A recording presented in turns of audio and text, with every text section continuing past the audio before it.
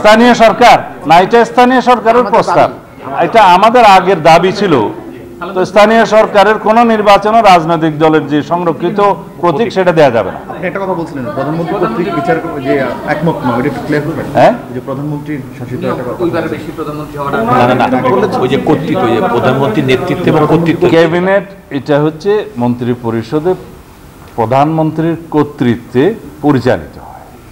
এখন ওনারা বলছিলেন যে কালেকটিভলি প্রধানমন্ত্রীর নেতৃত্বে মন্ত্রিসভা কর্তৃক পরিচালিত হবে, তাহলে এখানে প্রধানমন্ত্রীর কর্তৃত্বটা থাকে না।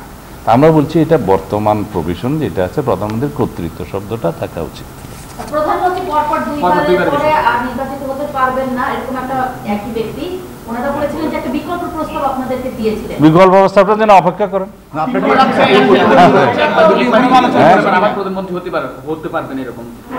না, আমাদের প্রস্তাবটাতে আমরা ওই জায়গায় আছি।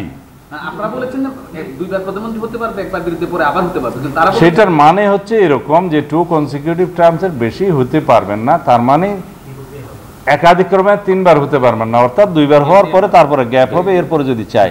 সেজন্য আমরা বলেছি যে এটা গণতন্ত্রের প্র্যাকটিসটা হচ্ছে যে ফ্রি ফেয়ার নিউট্রাল ইলেকশন যদি হয়, যদি কেয়ারটেকার সরকার অধীনে নির্বাচন হয়, যদি গণতান্ত্রিক নির্বাচনের মধ্য দিয়ে, নিউট্রাল নির্বাচনের মধ্য দিয়ে জনগণ সোভারেন অথরিটি হিসেবে যদি কোনো দলকে আবার মেজরিটি দেয়, তাহলে জনগণের সম্মানে সেটা আমরা বলছি যে এটা ডেমোক্রেটিক প্র্যাকটিস হিসাবে সেই অপশনটা থাকা উচিত। নেসেসারিলি একই ব্যক্তি হবেন সেটা কেন ধরে নিচ্ছেন? সেটা বিকল্প প্রস্তাবটা ওনারা আমাদেরকে এখনো ফর্মালি দেয় নাই, ফর্মালি দিলে জানবো।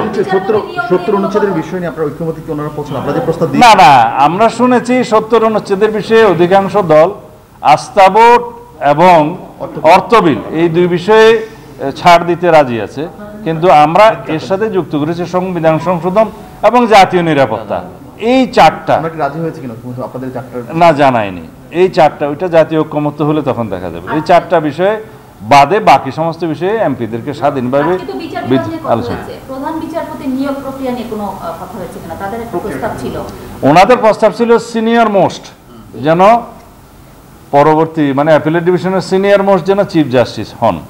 তা আমাদের প্রস্তাব হয়েছে যে রাষ্ট্রের মধ্যে কিছু অসঙ্গতি আগে দেখা গিয়েছে, সর্বক্ষেত্রে যদি আমরা ফিক্স করে দিই, কোনো অপশন যদি না থাকে ভবিষ্যতে, যেহেতু আমরা জুডিশিয়ারির ফুল ইন্ডিপেন্ডেন্সটা এনশিওর করতে চাই, সেই ক্ষেত্রে আমি বলবো না আগের মতো বিতর্কিত কিছু বিচারপতি যদি চিফ জাস্টিস হয়ে যান তাহলে রাষ্ট্রের জন্য এটা কল্যাণকর হবে না। সেই জন্য একটা অন্তত অপশন থাকা উচিত যে সিনিয়র মোস্ট অ্যাপিলেট ডিভিশনের বিচারপতিদের মধ্যে কমসে কম 2 থেকে 3 জন যেন এই অপশনের মধ্যে থাকে।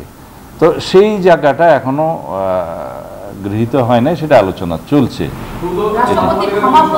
কারণ হচ্ছে আমি বলি যে রাষ্ট্রের মধ্যে necessity makes law, doctrine of necessity, এবং আমাদের বুঝতে হবে যে safety of the state is priority, এটাই সর্বোচ্চ আইন এবং সুপ্রিম ল বলে safety of the state and safety of the people is supreme law. তো সেই বিষয়গুলো বিবেচনা রেখে এবং ডক্ট্রিন অফ নেসেসিটিটা বিবেচনায় রেখে কিছু অপশন এরকম রাখার সুবিধা। আর না হলে পরে এমন হয়তো কোনো ব্যক্তির হাতে রাষ্ট্র পড়ে যাবে যেটা রাষ্ট্রের জন্য অকল্যাণকর হবে। এটা আমাদের প্রস্তাব।